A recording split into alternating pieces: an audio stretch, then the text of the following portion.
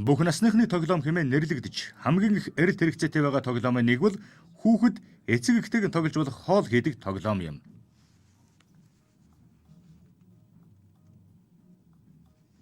Энэхүү футамакусиши буюу далайн байцааны ромг нь тоглоомын зориултаар хийгдсэн ажээ. Том хүн хүртэл хийхэд хэцүү байдаг футамакашизуг тоглоомор бол хялбархан бөгөөд цэвэрхэн хийж чадхаар ажээ. Эдгээр хоол хийдэг тоглоомууд нь жинхэнэ хоолны материалыг ашиглан өөрөө хийгээд идэх зэрэгээр боддоор хийх боломжтой гэдгээр насан туршидчдын ч гэсэн сонирхлыг татж байгаа бөгөөд нарийн бов хийх зориулалттай тоглоомууд ч бас байдаг. Мөн хүүхдүүд тоглоход аюулгүй тул эцэг эх нь зааж өгс туслангаан хамтдан хөгжилдөн бэлтгэж болох юм.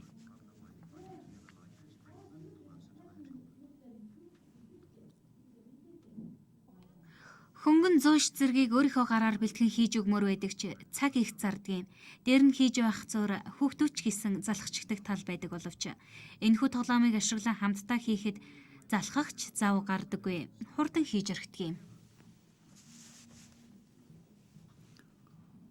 Энэ мэдчлэн бодит амьдралч гэсэн ашиглаж болох үйлс эцэг эхчүүд хүүхдүүдийнхээ хамтаар хийж ирээдүгэн хамтран бүтээж чадах тоглоомууд Японд олон тоогоор төрөн гарсаар байна.